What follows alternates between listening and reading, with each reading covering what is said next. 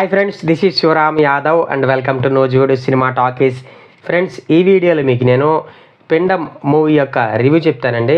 ఈ సినిమాలో శ్రీరాము, ఖుషి రవి, ఈశ్వరీరావు, అవసరాల శ్రీనివాస్, రవివర్మ తదితరులు నటించారండి. కలాహి మీడియా బ్యానర్పై యశ్వంత్ దగ్గుమాటి నిర్మించారండి. డైరెక్టర్ వచ్చేసి సాయి కిరణ్ దైదా అనమాట. అయితే మూవీ బాగుందా అంటే నాకైతే జస్ట్ యావరేజ్ అనిపించిందండి. ఊరి చివర ఒక పాడుబడ్డ బిల్డింగు, ఆ బిల్డింగ్లోకి ఒక ఫ్యామిలీ రావటం, ఆ ఫ్యామిలీని ఆ బంగ్లాలో ఉండేటటువంటి దయ్యాలు పట్టి పీడించడం, తర్వాత వాటిని వదిలించడం, ఈ కాన్సెప్ట్తో ఇప్పటికే చాలా సినిమాలు వచ్చేసాయి. మరి అదే సబ్జెక్ట్ని డైరెక్టర్ తీసుకున్నప్పుడు దాన్ని కొంచెం డిఫరెంట్గా ప్రజెంట్ చేస్తాడేమన్న ఉద్దేశంతో నేను వెళ్ళాను అనమాట. అయితే తీసుకున్నటువంటి ఆ సబ్జెక్ట్ పాతదైనా దానికి స్క్రీన్ ప్లే మ్యాజిక్ చేసి మనం మూవీని ఇంట్రెస్టింగ్గా తీయించండి. కాకపోతే డైరెక్టర్ సాయి కిరణ్ దైదా యొక్క ఆ పనితనం అనేది కొన్ని సీన్స్లోనే కనపడుతుంది అనమాట. ముఖ్యంగా ఫ్లాష్ బ్యాక్ సీన్స్లో మాత్రం ఆయన యొక్క పనితనం కొట్టొచ్చినట్టు కనపడుతుంది.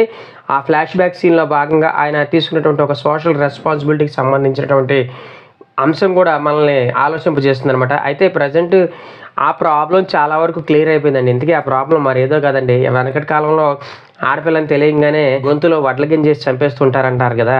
అప్పట్లో ఆడపిల్లలంటే ఎంత చిన్న చూపు ఉండేది అనేది ఆ పాయింట్ని బేస్ చేసుకున్న ఫ్లాష్ బ్యాక్ ఉంటుందన్నమాట. ఓవరాల్గా చాలా మంచి పాయింట్ అది.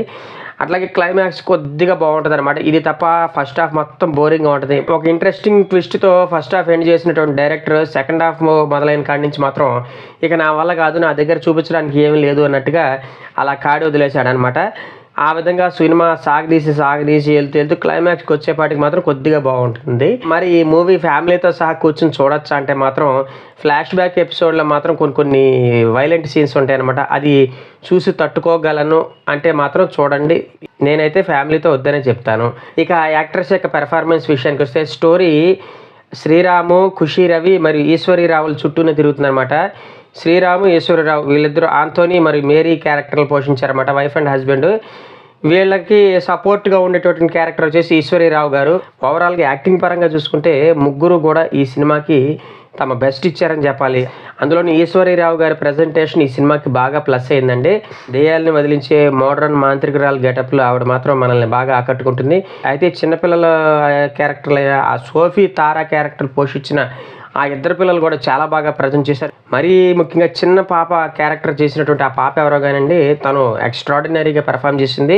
టెక్నికల్ డిపార్ట్మెంట్ విషయానికి వస్తే కృష్ణ సౌరభ్ సోరంపల్లి అందించినటువంటి మ్యూజిక్ పాటల పరంగా నాకైతే ఏమనిపించలేదు కానివ్వండి, బ్యాక్గ్రౌండ్ మ్యూజిక్ మాత్రం సాలిడ్గా ఇచ్చాడు. చాలా చోట్ల ఆ బ్యాక్గ్రౌండ్ మ్యూజిక్కే సినిమాని కాస్త కూస్తూ కాపాడిందని చెప్పాలి. విష్ణు మనోహర్ యొక్క ఆర్ట్ డైరెక్షన్ కూడా ఈ సినిమాకి చాలా బాగా సూట్ అయిందండి. ఆ స్టోరీకి తగ్గట్టు ముఖ్యంగా ఆ లొకేషన్ కానివ్వండి, ఆ సెట్ డిజైనింగ్ మాత్రం చాలా బాగుందండి. సతీష్ మనోహర్ యొక్క సినిమాటోగ్రఫీ మాత్రం జస్ట్ యావరేజ్ అని చెప్తారండి. మరీ ముఖ్యంగా ఆ హారర్ సీన్స్ కానివ్వండి, అవి బాగా రావాలి అంటే మాత్రం సినిమాటోగ్రఫీ బాగా వచ్చి ఉండాలి. ఎనీహో నిర్మాతలు బాగానే ఖర్చు పెట్టారు కానివ్వండి, ఈసారి సినిమాటోగ్రాఫర్ మాత్రం దెబ్బేశాడని చెప్పాలి.